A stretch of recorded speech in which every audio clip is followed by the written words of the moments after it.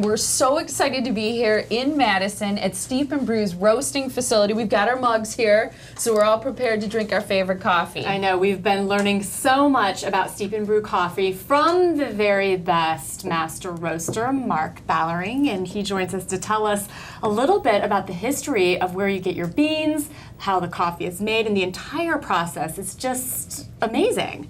Well, welcome to Madison, welcome to Steep and Brew. And today we want to do a quick tour of the highlights of what it takes to do coffee right. It's what we do here at Steep and Brew. Explain where this particular coffee comes from and what you like about the regions that you pick for Steep and Brew.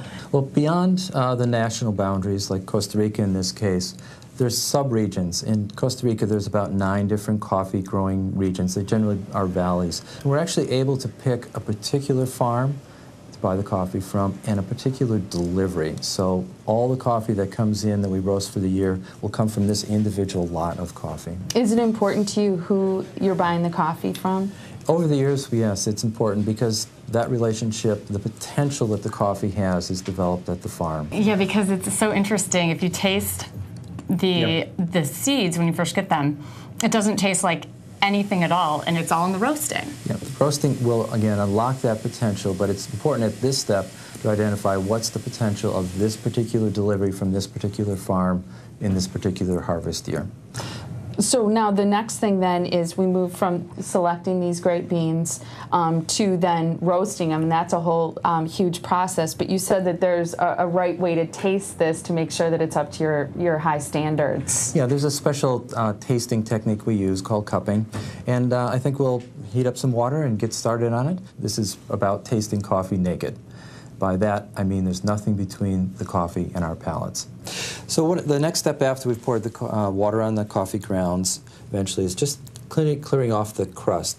So typically what we do is take 2 spoons and scoop them out. Wow. And voila, the rest is now clear coffee for us to taste. We'll have to wait just for it to cool off a little bit. Okay. And the best way to pick up flavors is to aerate the food. So show us how it's done.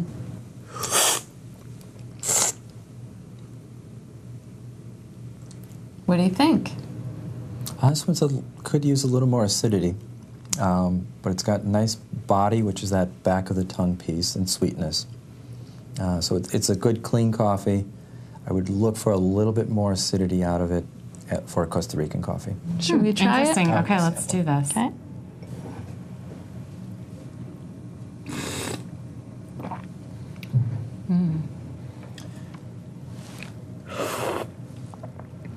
Now I can tell a difference between that one. That one was darker. Yep. Let me try. And some of the roast will have an impact on that as well.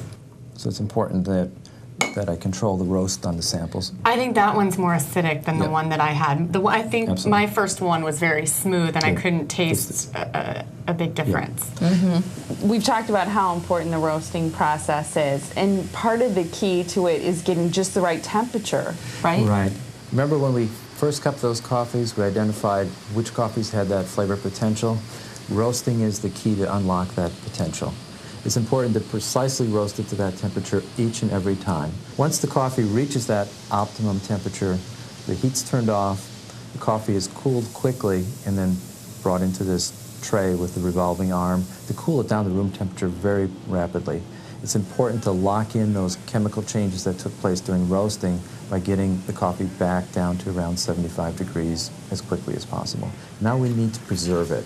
So we put it into special packages which have an oxygen barrier film structure to them so that it keeps the coffee from getting stale. In addition, we make sure that all the oxygen in the bag is removed before we seal the bag. All of this is done in order to be able to capture that flavor that we developed just out of the roaster and preserve it until you open it up when you get home. What about that little vent thing we're looking at? Coffee produces a lot of carbon dioxide right after roasting. So in the old days, coffee was stacked out for 36 or 48 hours to allow that carbon dioxide to come off the coffee before it was packaged. Otherwise, if you packaged it too soon, it would actually blow up like a balloon and rupture that bag.